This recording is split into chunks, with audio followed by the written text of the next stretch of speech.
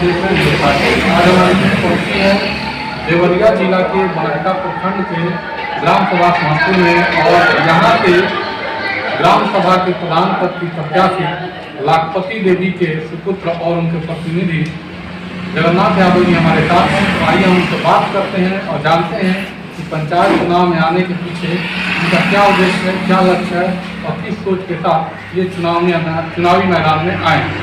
सबसे पहले आपका स्वागत है जी, इसके लिए धन्यवाद।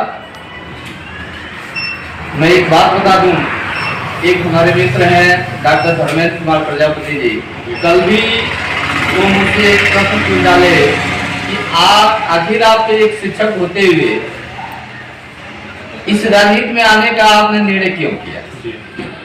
तो मुझे ये कहना पड़ा कि अपने गांव में जो शोषणवादी व्यवस्था है, जो लोकतंत्र कायम है, लोकतंत्र की जो हत्या हो रही है, पंचायतों में जो भी प्रतिनिधि चयनित होते हैं हिटलरशाही तानाशाही वाली व्यवस्था कायम कर देते हैं। जो भी उसके सदस्य होते हैं, उन सदस्य को ये भी पता नहीं चलता है कि मेरा सिग्नेचर भी नहीं होता है। मैंने ये ठाना है कि पंचायत राज अधिनियम के तहत जो व्यवस्था होती है, जो समितियां होती हैं, उनको कार्यान्वित करेंगे और गांव को एक विकास के सही मार्ग देंगे। मैं एक मिशन भी संचालित करता हूं, मिशन ग्रामोदय के द्वारा मैं क्षेत्र की समाज की करता हूं।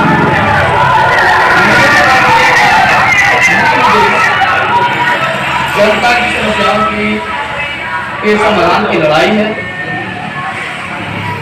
आप देखते हैं इस समय केंद्र सरकार एक जो है कि बहुत दिनों से जो है योजना चलती है, कस्तूरबा विद्यालय चलते हैं। माध्यमिक शिक्षा अभियान के तहत सरकारें दावा करती हैं कि इंटर तक सभी बेटियों को निःशुल्क और अनिवार्य शिक्षा दी जाएगी।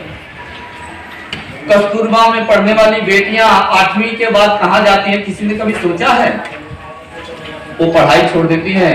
उनको सिर्फ साक्षर बनाया जाता है, उनको शिक्षित बनाने का ठेका कोई नहीं लेता है। मेरी लड़ाई है उन बेटियों को भी अनिवार्य शिक्षा इंटरमीडिएट तक दिलाऊंगा, और उसके लिए या तो सरकार को कस्तूरबा विद्यालय को इंटर तक करना होगा, नहीं तो राजकीय अथवा केंद्रीय विद्यालय की स्थापना करना होगा हर ब्लॉक में। दूसरी चीज है, सरकारें ढोल पीटती हैं देश को तकनीकी रूप से समुन्नत बनाने के लिए, देश को डिजिटल बनाने के लिए। किसी ब्लॉक में कोई ITI पॉलिटेक्निक कॉलेज है? कहीं नहीं है। मेरा एक ही मकसद है, मेरी एक ही लड़ाई है कि बच्चों को तकनीकी शिक्षा दिलाने के लिए कम से कम हर ब्लॉक में एक ITI और एक पॉलिटेक्निक कॉलेज स्थापित हो। इसकी लड़ाई हमारे मिलकर लड़ता है। हर जगह देखिए स्वास्थ्य विभाग बदहाल है। प्राथमिक स्वास्थ्य केंद्र जहां भी है, जिन ब्लॉकों में है, गांवों में है, कोई कर्मचारी आता जाता नहीं है। जो उच्चाधिकारी भी हैं, बार बार शिकायत करने के बावजूद भी संज्ञान नहीं लिया जाता है। संज्ञान लिया भी जाता है, कार्रवाई होती है, 2-4 दिन कर्मचारी आते हैं, फिर गायब हो जाते हैं। मैं बता दूं, हमारे गांव का एक प्राथमिक स्वास्थ्य केंद्र है जिसकी लड़ाई में कई बार लड़ा, एकदम बदहाल है। उसमें कर्मचारी जल्दी कोई आता ही नहीं। कई बार मैंने शिकायत भी किया, जांच भी करवाया, कार्रवाई होती है, 1-2 दिन ठीक ठाक रहता, फिर वही। एक बात मैं कि अच्छे कॉलेजों से पढ़ के, अच्छे शहरों में पढ़ के जब डॉक्टर आते हैं तो वो भी सोचते हैं कि अगर ग्रामीण क्षेत्र में हम जा रहे हैं तो कम से कम वहाँ पहुँचने के लिए एक अच्छा रास्ता तो होना चाहिए। आप ये ग्राम सभा में एक रास्ता तक नहीं है, और वहाँ पे जो व्यवस्था कम से कम, मतलब जो कम से कम मिनिमम व्यवस्था जो चाहिए वो डॉक्टरों को नहीं मिलती है, तो कैसे कोई डॉक्टर टिकेगा वहाँ? हकीकत है, आपका कहना भी हकीकत है। इसीलिए तो मैं इस चुनाव मैदान में आया हूँ। जो भी जिम्मेदार आज तक जनप्रतिनिधि हुए हैं, उनको गांव के मूलभूत समस्याओं से, मूलभूत संरचनाओं की लड़ाई से कोई मतलब नहीं है। विकास की गंगा सीधे उनके घर पर जाती है। विकास की गंगा सीधे उनके घर को जाती है। जनता के किसी दर्द से उनको कोई मतलब नहीं है। मैं ये दावा करके कहता हूं, जनता ने यदि मुझे आशीर्वाद दिया तो अपने सोहनपुर को एक पारदर्शी, एक स्वच्छ छवि की ऐसी व्यवस्था कायम करेंगे जिसका हर साल ब्यौरा जनता के सामने होगा।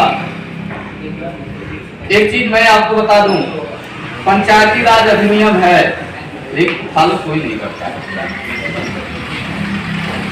मैं पंचायती राज अधिनियम के तहत जिस तरह देखते हैं, मैं कैबिनेट में, मंत्रिमंडल में शिक्षा मंत्री, स्वास्थ्य मंत्री, विकास मंत्री होते हैं, उस तरह ग्राम अपने पंचायत में भी जो पंचायत जो मिनी सचिवालय है, यहाँ भी पंचायतों में भी ये व्यवस्था है। शिक्षा समिति, स्वास्थ्य समिति, विकास समिति, सभी समितियां बनती है लेकिन उसका क्रियान्वयन नहीं होता है। लेकिन ये दावा करके मैं कह रहा हूँ, उन समितियों को मैं संचालित कराऊंगा, क्रियान्वित करूंगा और गांव के विकास का काम वो समितियां करेंगी, निगरानी मैं करूंगा। मैं गलत करता हूं तो जनता रोकेगी, वो समिति के लोग रोकेंगे और वो गलत करेगा तो मैं। यही मेरा मकसद है। मैं एक चीज और बता दूं आपको, एक बहुत बड़ी व्यवस्था है, हर गांव में पोखरे हैं,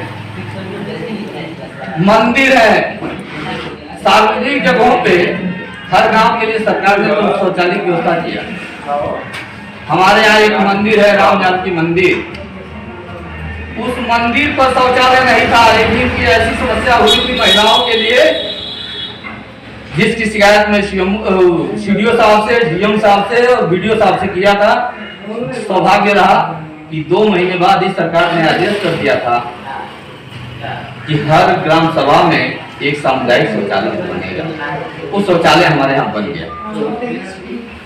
एक चीज मैं बता दूं, सरकार को एक चीज और सोचना चाहिए, पहल करना चाहिए।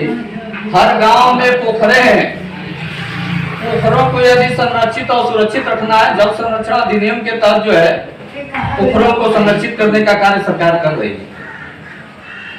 मेरा मानना यह है कि उन पोखरों का यदि संरक्षण करना है तो एक ऐसी व्यवस्था लानी होगी, एक ऐसी व्यवस्था करनी होगी कि सर्वदा हमेशा के लिए उनका संरक्षण प्राप्त हो। यही काम मैं अपने गांव के, हमारे गांव का एक जो है बहुत बड़ा पोखरा है, सूरजमुखी पोखरा, जहां जनता यदि छूटती है तो उसके चारों तरफ इंटरलॉकिंग कराऊंगा और हाई मास्ट लैंप की व्यवस्था करूंगा ताकि हमारे गांव के बुजुर्ग भी उसके किनारे टहल सके और नेचुरल नजारे का आनंद ले सके। किसी के घर की बहन बेटियां भी आगे पुलिस की तैयारी करना हो तो उसका 4 चक्कर लगाएंगे और उसके पुलिस में भर्ती की तैयारी हो जाएगी। वही व्यवस्था मैं अपने यहाँ राम जानकी मंदिर पर ही करूंगा। राम जानकी मंदिर में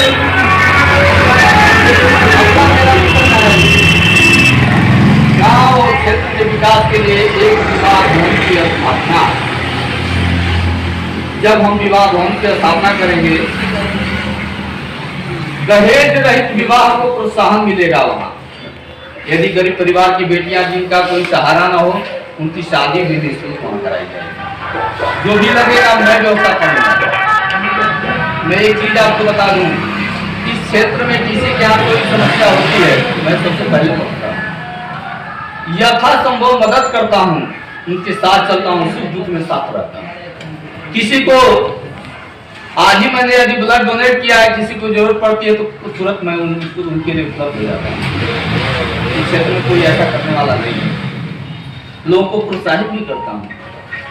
मेरा मकसद है राम जानकी मंदिर के पोखरे पर भी चारों तरफ इंटरलॉकिंग, सुंदरीकरण, हाई मास्ट लैंप की व्यवस्था कराऊंगा ताकि वहाँ का नेचुरल नज़ारा हो, प्राकृतिक नज़ारा हो, खूबसूरती हो। और उसी के पीछे जो हमारा राम जानकी मंदिर के पीछे जो विवाह भवन बनेगा, मेरा एक सपना है कि उस विवाह भवन में एक जानकी किचन, जो मेरा जो है घोषणा पत्र है मैंने उसमें दिया है कि एक जानकी किचन की स्थापना करेंगे, जिसमें क्षेत्र का कोई भी निराश्रित व्यक्ति जिसका कोई सहारा न हो 2 जून की रोटी की व्यवस्था जरूर करेंगे। ये मेरा जनता से निवेदन है, आग्रह है कि जनता मुझे आशीर्वाद दे और उस जिम्मेदारी को सूद सहित मैं जनता को जरूर करता हूँ। जो भी जनता आशीर्वाद देती है, मुझे जिम्मेदारी देती है, इसको मैं निरंतर अथक मेहनत करके काम करके उसको सूद सहित जरूर वापस